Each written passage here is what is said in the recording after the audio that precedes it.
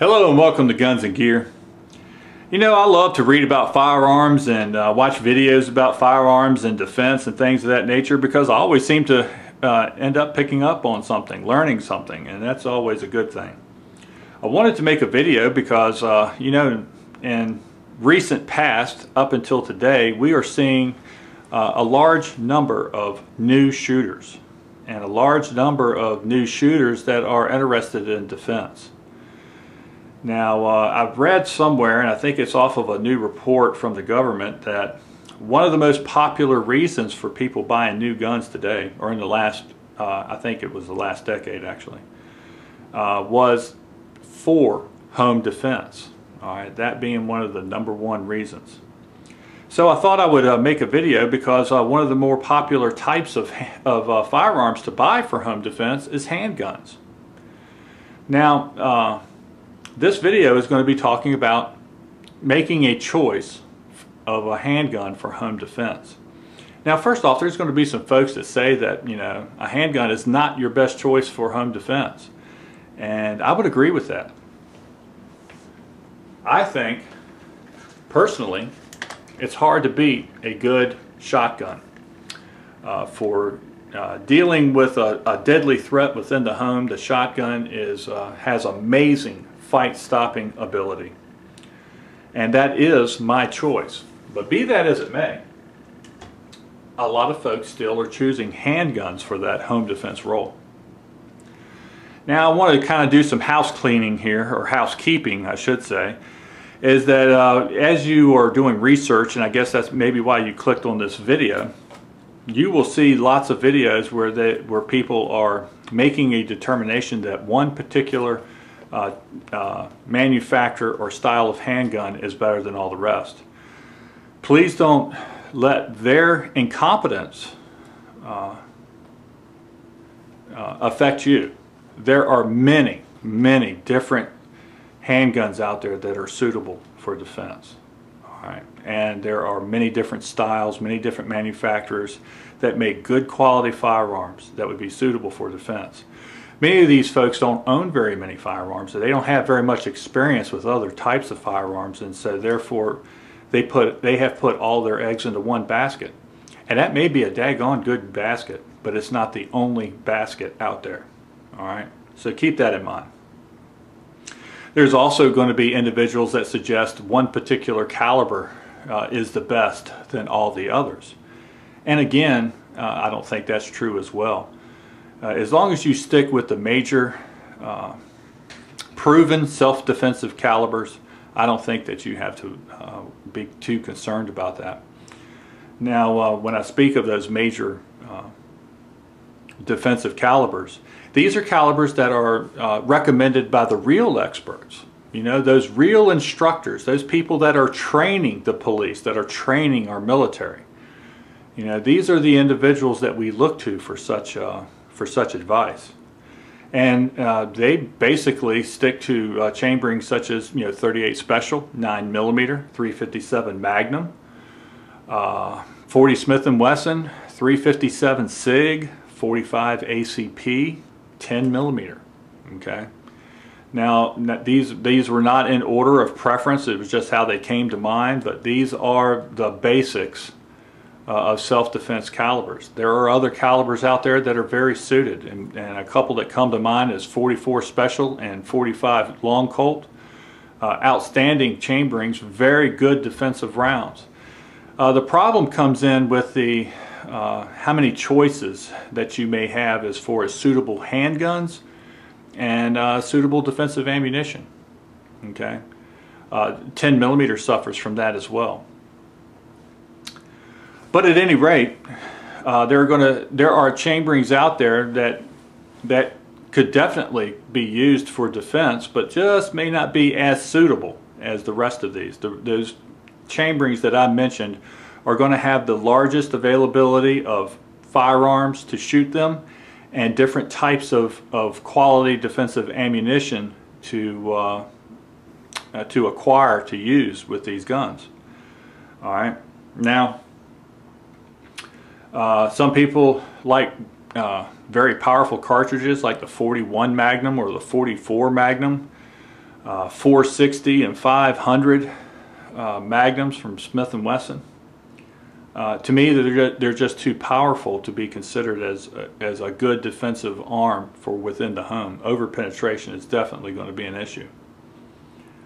I know that some people say, well, with the 44 Magnum you can shoot 44 Special, and that's fine, but it's always going to be a larger, heavier gun than the 44 Special offering.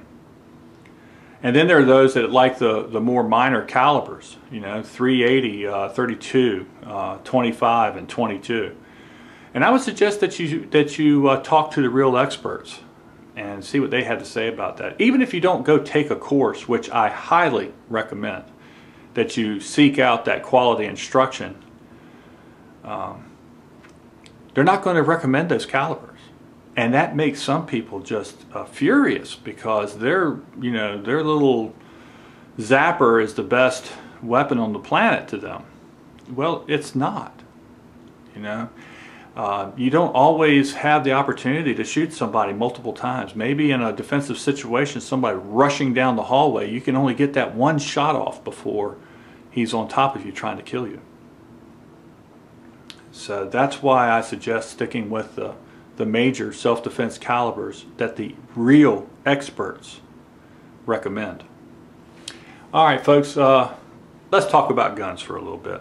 Let's talk about the different types. There's also going to be people that are very, very opinionated that there's only one type of firearm that you should have for defense, and all the rest of them are inferior. Those individuals are wrong as well.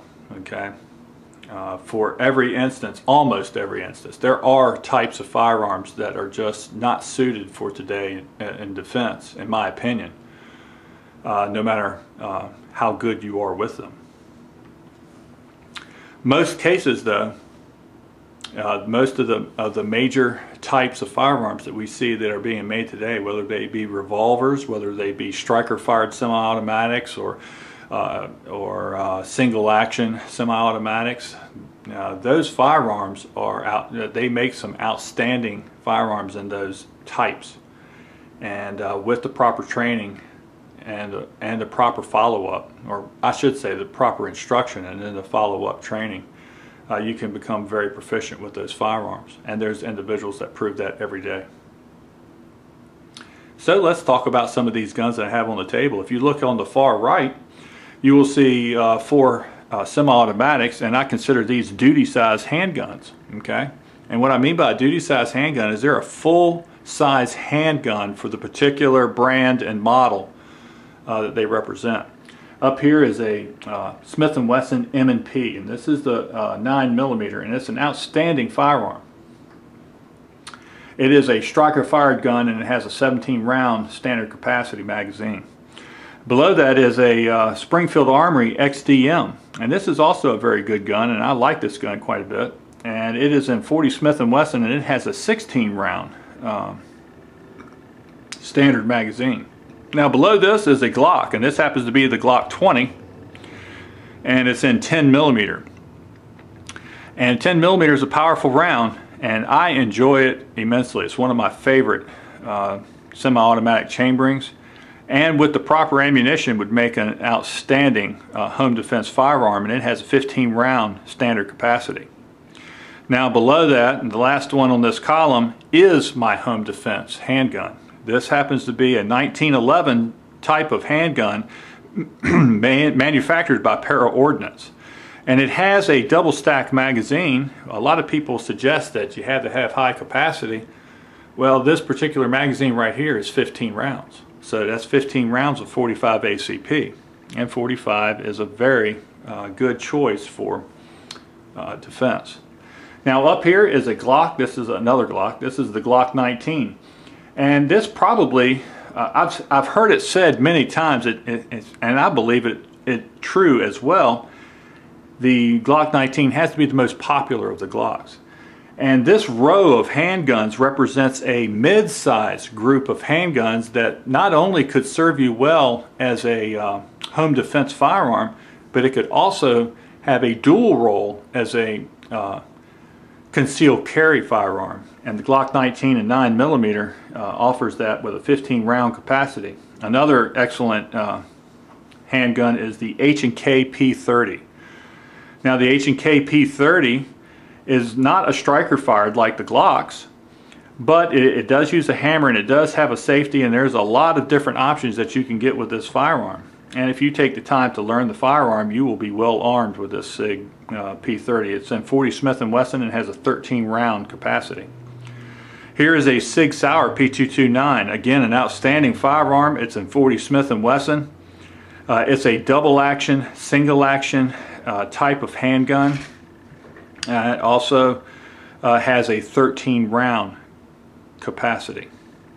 Now below that is a wheel gun, a revolver. This happens to be a Smith & Wesson Model 66, and it is a 6-shot 357 Magnum. And for those of you folks that may like the idea of having a revolver for defense, this one here would be one worthy your consideration.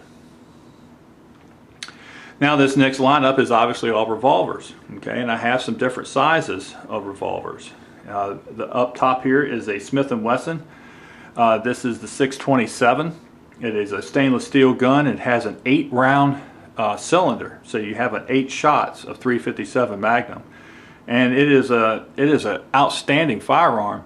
And because size isn't that big a consideration for a home defense gun, of course you don't want it to be too big, but this hits that good size factor for handling a powerful round and not being too big. It has a 5-inch barrel.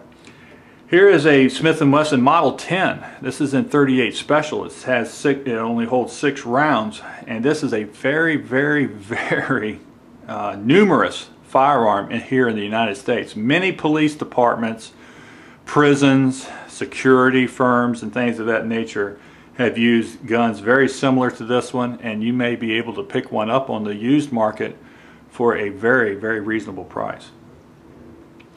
Now this right here happens to be a Model 625, and it's also a Smith & Wesson. And the 625 is a revolver that shoots to 45 ACP, and it does so by using these full moon clips, okay, that holds the ammunition. And it is an outstanding firearm. It's a 4-inch, and if you like the revolver but want maybe some of the ballistics of the 45 ACP, then this will allow you to have both. Now down here at the bottom is a snub nose. This happens to be the Ruger Security 6, and if you want a firearm that is just built like a tank, then the Ruger revolvers are built like tanks, no doubt about it. This is a great shooting little gun. It has a 2 3/4 inch barrel, 6 rounds of 357 Magnum and or 38 Special. Now over here is the Beretta 92 FS. It is another full-size firearm. This happens to be the civilian model of the firearm that our military is currently issuing, and it is an outstanding firearm. It's in 9mm, has just shy of a 5-inch barrel. I think they'd call it a 4.99 inch barrel or something of that nature, and it has a capacity of 15 rounds of that 9mm ammo. Now below here is a competition type of gun that could also be considered for home defense. Now there's a lot of manufacturers that make competition, out-of-the-box competition guns to get people started in the shooting sports. This happens to be the Smith & Wesson M&P, and it has a 5-inch barrel. It's in 40 Smith & Wesson, has 15 round capacity. And this gun is a good size gun. It's about the same size as this 1911 over here. And as you can see, it's very similar in size to the Beretta, and so therefore, you know, I think that it's a good size firearm for a home defense situation.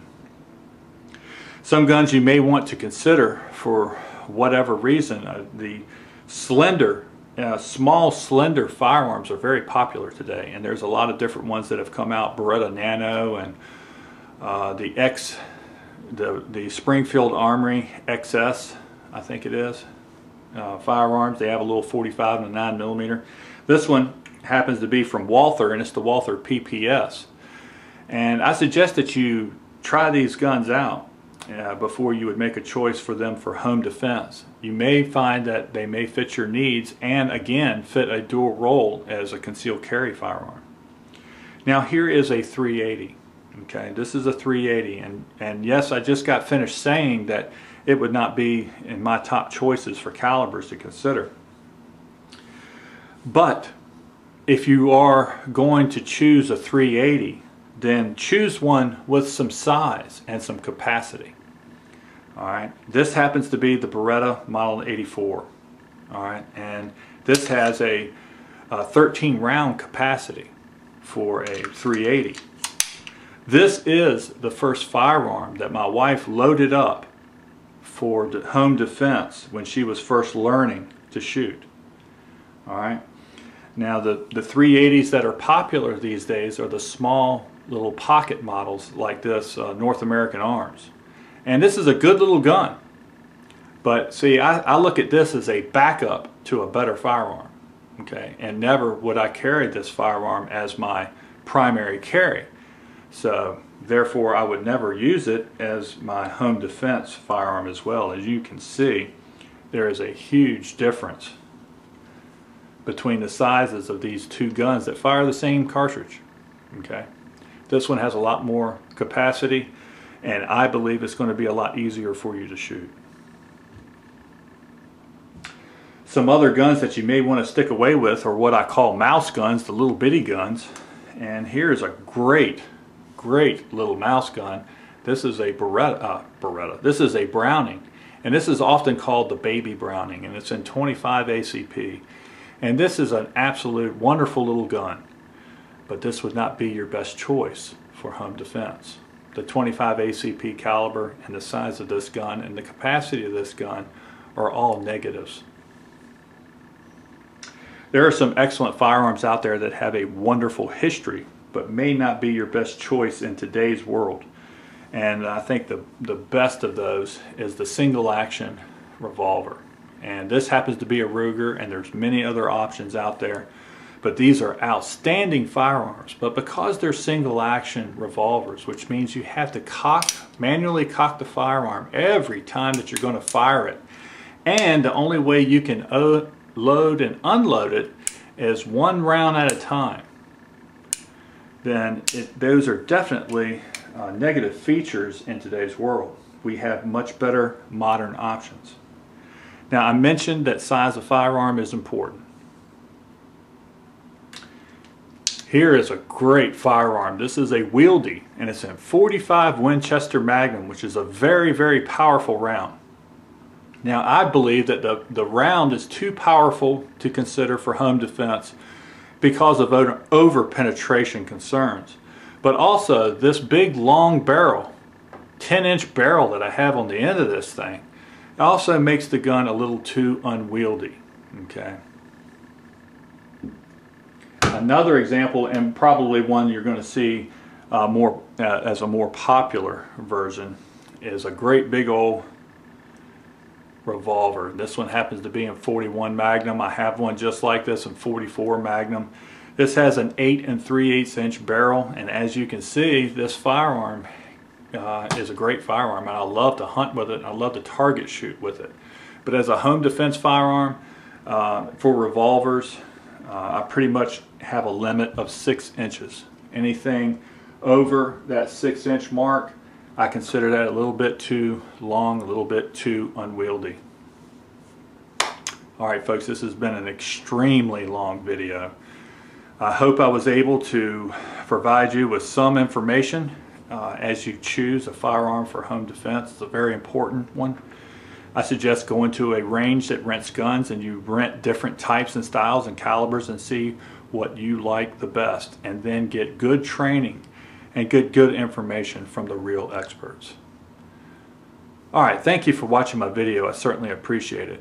And remember to shoot straight on the range and in life. Thanks.